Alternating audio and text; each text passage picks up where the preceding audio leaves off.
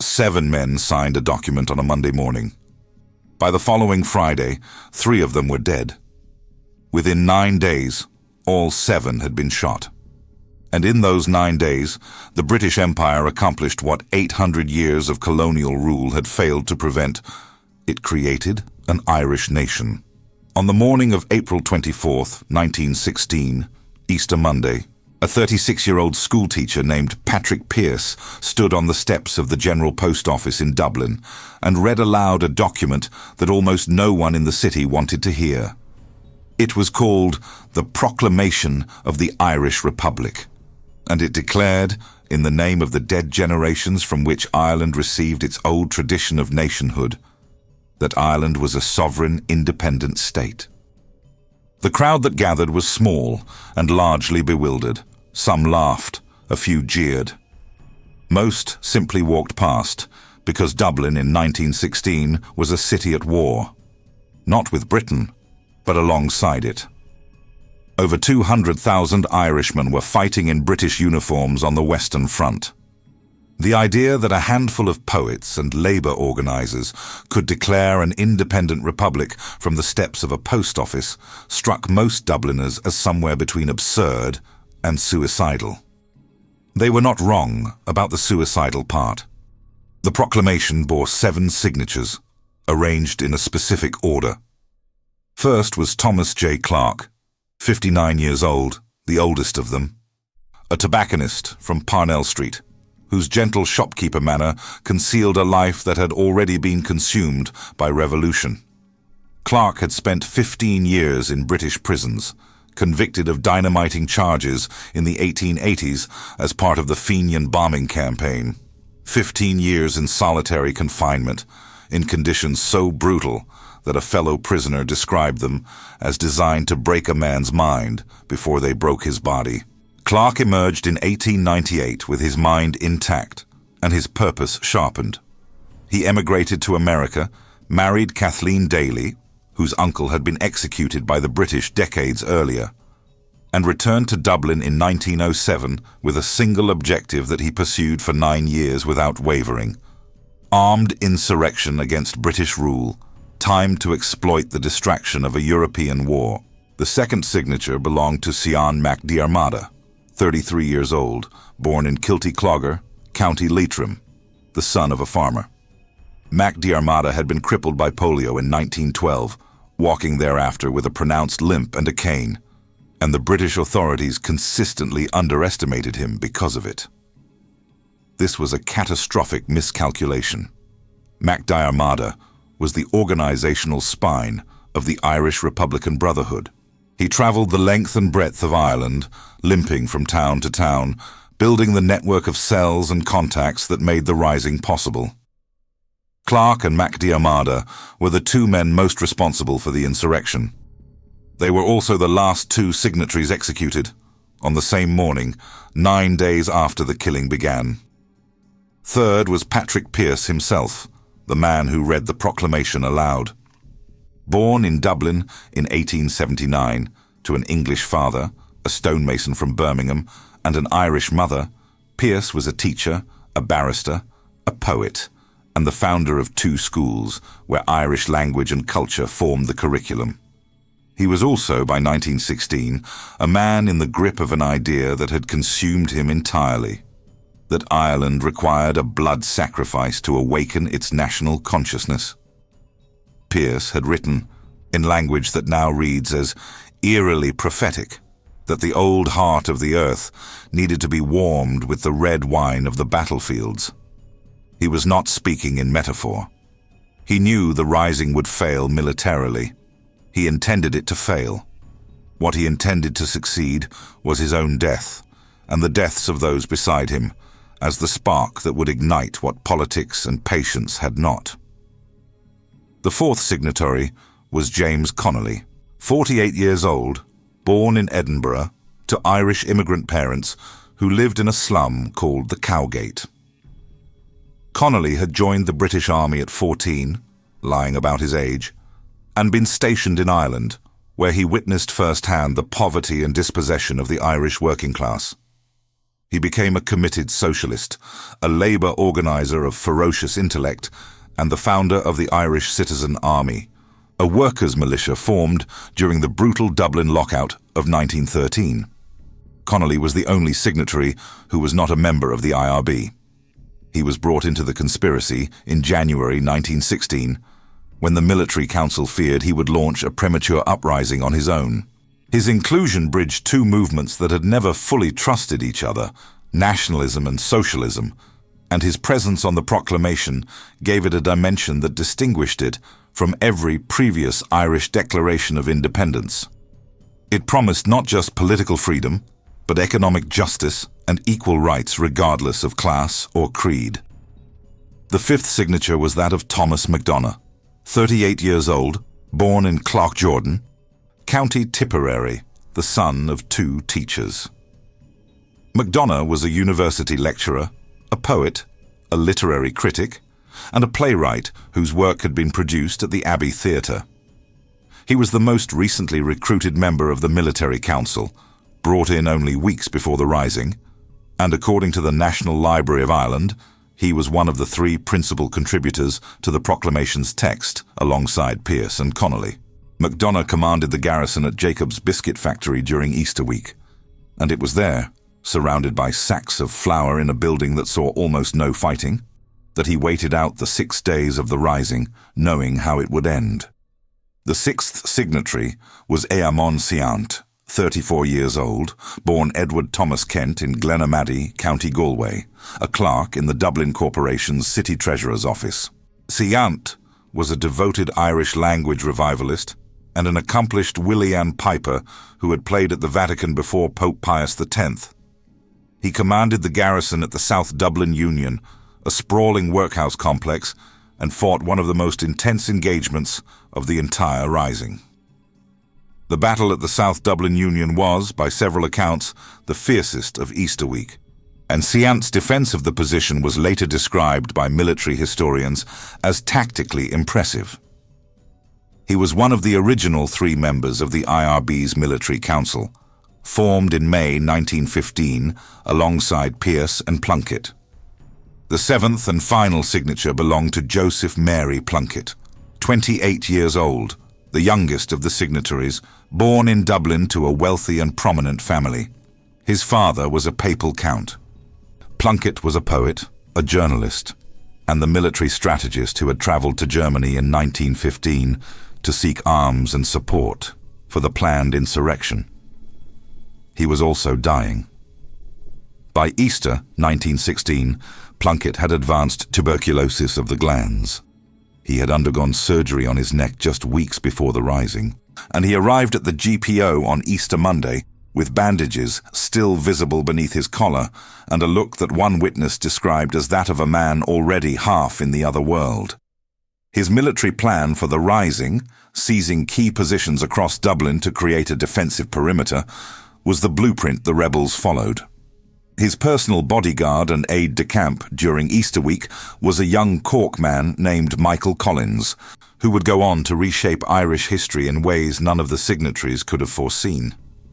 These were the 7 men: a tobacconist who had survived 15 years in prison, an organiser crippled by polio, a schoolteacher with an English father, a Scottish-born socialist, a university poet, a civil servant who played pipes for the Pope, a dying 28-year-old aristocrat. They had almost nothing in common except a willingness to die for an idea that, on the morning they signed their names to it, the majority of their own countrymen rejected. The Rising lasted 6 days. The rebels occupied key positions across Dublin: the GPO, the Four Courts, Boland's Mill, Jacob's Factory, the South Dublin Union, Stephen's Green. The British Army flooded the city with troops, brought a gunboat up the Liffey, and shelled buildings from close range.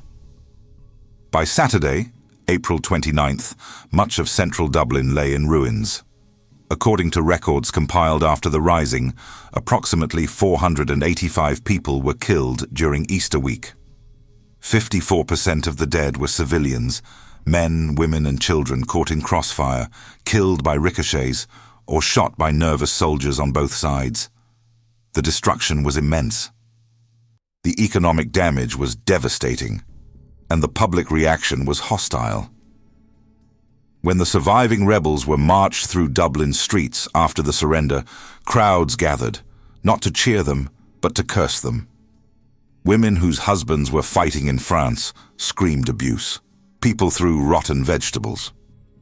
According to multiple contemporary accounts, British soldiers had to form cordons to protect the prisoners from the anger of the Dublin public. One witness described the crowd's mood as murderous. In the immediate aftermath of the rising, public opinion in Ireland was overwhelmingly against the rebels, and the British Empire held the sympathy of the majority. What happened next is one of the most consequential strategic blunders in the history of the British Empire. And it unfolded over exactly 9 days. General Sir John Maxwell had arrived in Dublin on Friday, April 28th, with full authority from Prime Minister Herbert Asquith to restore order. Maxwell was a career military officer who had served in Sudan and Egypt, and he approached the aftermath of the rising as a military problem requiring a military solution. 159 men and 1 woman were tried by Field General Court-Martial in Richmond Barracks. The trials were conducted in secret. No defense counsel was permitted. No jury was present. No press was admitted. The proceedings were, in several cases, extraordinarily brief. According to the court-martial records, which were sealed for decades, taken to England during the Civil War, and not made publicly accessible until the early 2000s, the transcript of Thomas MacDonough's trial was even shorter than Pearce's. A single prosecution witness was called. MacDonough briefly cross-examined him. That was it. Of the 159 tried, 93 were sentenced to death. Maxwell commuted all but 15 of the death sentences. The 15 who were not spared included all 7 signatories. The executions began at dawn on May 3, 1916, in the Stonebreakers' Yard at Kilmainham Gaol, a small stone courtyard barely 20 meters across. Patrick Pearse, Thomas Clark, and Thomas MacDonough were shot that morning. They were taken individually from their cells, marched to the yard, stood against a wall, and killed by firing squad.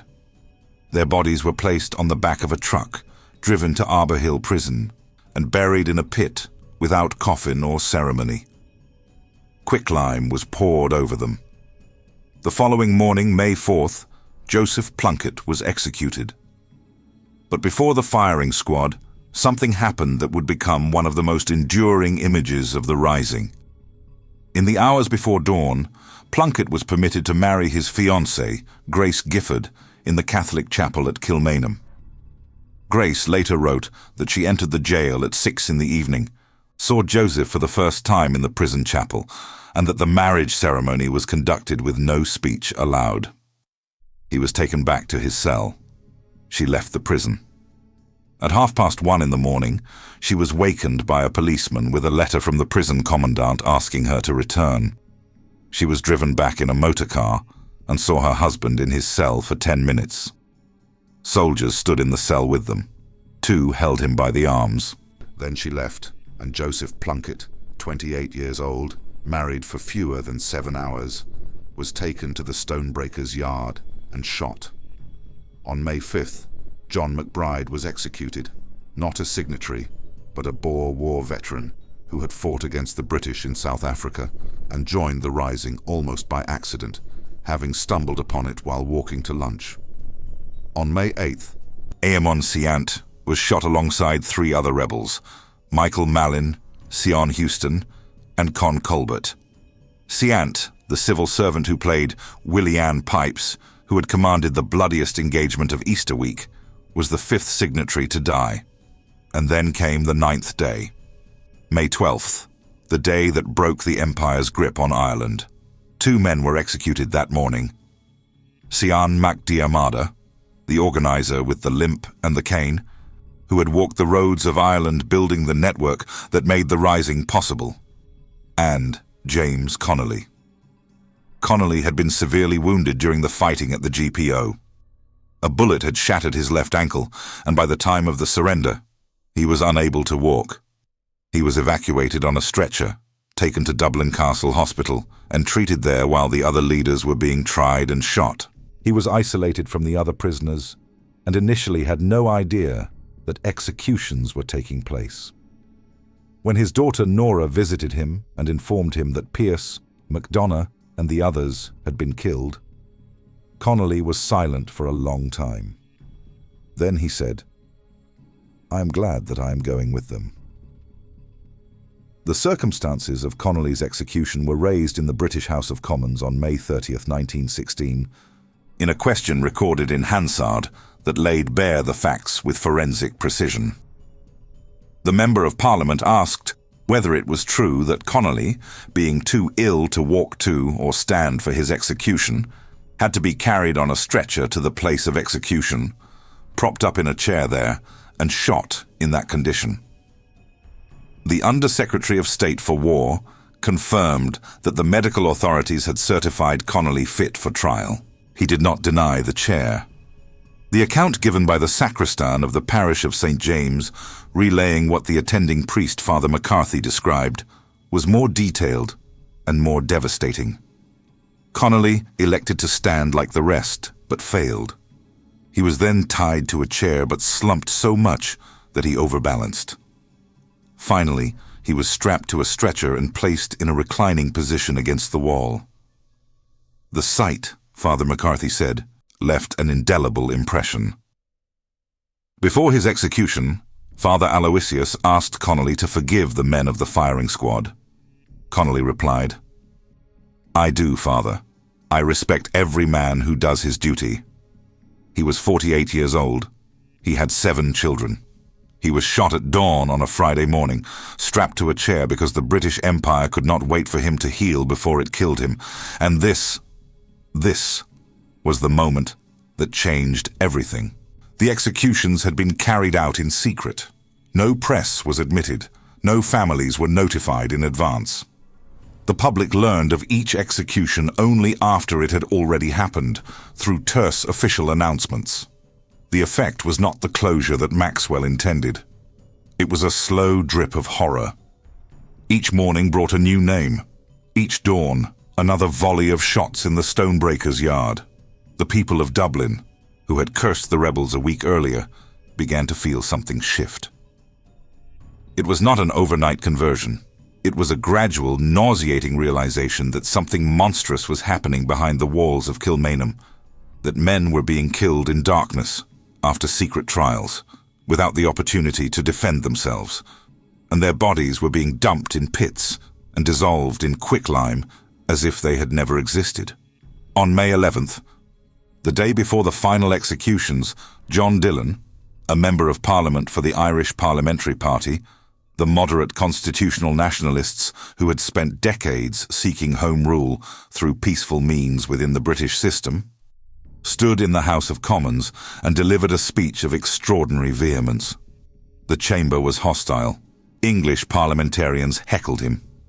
But Dillon pressed on. He told the Prime Minister and the Cabinet, "You are letting loose a river of blood. It is the first rebellion that ever took place in Ireland, where you had the majority on your side. And now you are washing out our whole life, work, in a sea of blood." He told them he was proud of the rebels' courage. He told the chamber, over increasing catcalls, that if the English were not so dense and so stupid, they could have had these men fighting for them, and they were men worth having. He told them that the secrecy of the trials and the continuation of the executions were poisoning the mind of Ireland. Dillon's speech was prophetic, but it was too late. The following morning, Connolly and MacDiarmada were shot. The river of blood had already been let loose. What followed was not a sudden revolution, but a political earthquake that unfolded over months and years, each tremor traceable to those 9 days in May. The Irish Parliamentary Party, which had dominated Irish politics for 4 decades, began to hemorrhage support. Sinn Féin, a party so marginal before the Rising that it had never contested a general election, began winning by-elections in 1917. The executed leaders became martyrs. Their photographs appeared in shop windows, postcards bearing their faces sold by the thousands. Songs were written, poems were composed. The very rebellion that Dubliners had cursed in April became, by the end of 1916, the founding myth of a nation that did not yet exist. In December 1918, the United Kingdom held a general election. In Ireland, the results constituted what one historian called one of the greatest electoral landslides of the century in Western Europe. Sinn Féin, running on a manifesto pledging to establish an independent Irish republic and to refuse to sit in Westminster, won 73 of 105 Irish seats. The Irish Parliamentary Party, which had held 75 seats at the dissolution of the previous parliament, was reduced to 6. 4 of those 6 were won only because of a church-brokered electoral pact with Sinn Féin in border constituencies. The party that John Dillon had tried to save with his speech in the Commons was, in his own colleague William O'Brien's words, as dead as Julius Caesar. On January 21st, 1919, the elected Sinn Féin representatives convened in the Mansion House in Dublin as the first Dáil Éireann, the Parliament of Ireland. They ratified the Declaration of Irish Independence. They adopted a democratic programme. And they affirmed the proclamation that 7 men had signed on the steps of a post office 33 months earlier, a document printed in such haste at Liberty Hall that the printers ran out of type and had to use sealing wax to convert a capital F into an E in the line "To the People of Ireland." The War of Independence followed, then the Anglo-Irish Treaty, then the Civil War, then, eventually, a free state, a constitution, and a republic. The path from the stonebreaker's yard to the modern Irish nation was long, bloody, and bitterly contested. But it began in those 9 days. Consider for a moment the mathematics of what the British accomplished in that courtyard. They executed 15 men in Dublin between May 3rd and May 12th, 14 at Kilmainham, 1 in Cork. 93 had been sentenced to death. If they had shot all 93, the horror would have been so overwhelming that international intervention might have followed. If they had shot none, the rising might have been forgotten, a failed adventure by a fringe movement, overtaken by the greater drama of the war in France. Instead, they chose a middle path. They executed just enough to transform 7 obscure signatories into national martyrs, but slowly enough, day by day, dawn by dawn, name by name, to give the Irish public time to feel each death individually. They turned what could have been a single act of retribution into a serial killing conducted by the state, in secret, over 9 consecutive dawns. And then, in the case of Connolly, they demonstrated that they would shoot a man who could not stand, strap him to a chair, because the formality of a military execution required that the prisoner face the firing squad upright, and kill him while his shattered ankle still wept through the bandages. General Maxwell believed he was crushing a rebellion. He was planting a nation. The bodies of the 14 men executed at Kilmainham were buried at Arbor Hill, in a mass grave. For years, the exact location was known only to the British authorities. No headstone was placed, no marker was set. The families were not permitted to claim the remains. The quicklime did its work. When the Irish Free State eventually located and memorialized the site, what remained of the men had become inseparable from the earth. They were buried together. The tobacconist and the poet, the teacher and the labor leader, the piper and the dying aristocrat and the man with the cane, in a grave that is now one of the most sacred sites in Ireland, tended daily, visited by school children, heads of state, and ordinary citizens who stand before the simple stone wall inscribed with the text of the proclamation, and read the names of 7 men who signed a piece of paper on a Monday morning and were dead before the month was out. The proclamation itself, that document printed in haste, on a broken press, with mismatched type, survived. When the British soldiers recaptured Liberty Hall, They found the press with the type for the bottom half of the proclamation still set, and reportedly ran off copies as souvenirs.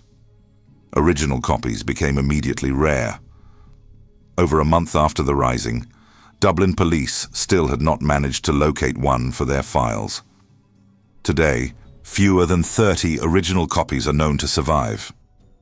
They are among the most treasured documents in Irish history, held by the National Museum, the National Library, and private collectors, each one bearing the same 7 signatures at the bottom. The names of men who, on the morning they wrote them, knew they were signing their own death warrants. There is a final detail that deserves attention, because it reveals something about the nature of what those 9 days accomplished. In 1916, the word most commonly associated with the rebels was traitors. By 1917, the word had become martyrs. By 1918, it had become founders. The same men, the same act, the same document. The only thing that changed was that the British shot them, and shot them slowly, and shot them in secret, and shot the last one in a chair. Thomas Clark, the tobacconist who spent 15 years in prison. Patrick Pearse, the teacher who believed in blood sacrifice and turned out to be right. Thomas MacDonagh, the poet whose trial transcript was shorter than a grocery list. Joseph Plunkett, who married Grace Gifford at midnight and was dead by dawn. Eamon Seant, the civil servant who played pipes for the Pope and fought like a soldier. Sean Mac Diarmada, who limped across Ireland building a revolution one handshake at a time. James Connolly, the Edinburgh-born socialist who forgave his executioners and was shot in a chair. 7 signatures, 9 days, 1 nation. The document they signed declared that Ireland's right to independence was indefeasible and inalienable. The British Empire disagreed.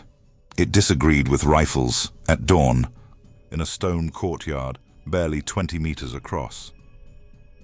And in doing so, it proved the 7 signatories right. Not because their military strategy succeeded, not because their rising survived the weak, but because the empire demonstrated, over 9 consecutive mornings in May 1916, exactly what Irish independence was necessary to escape.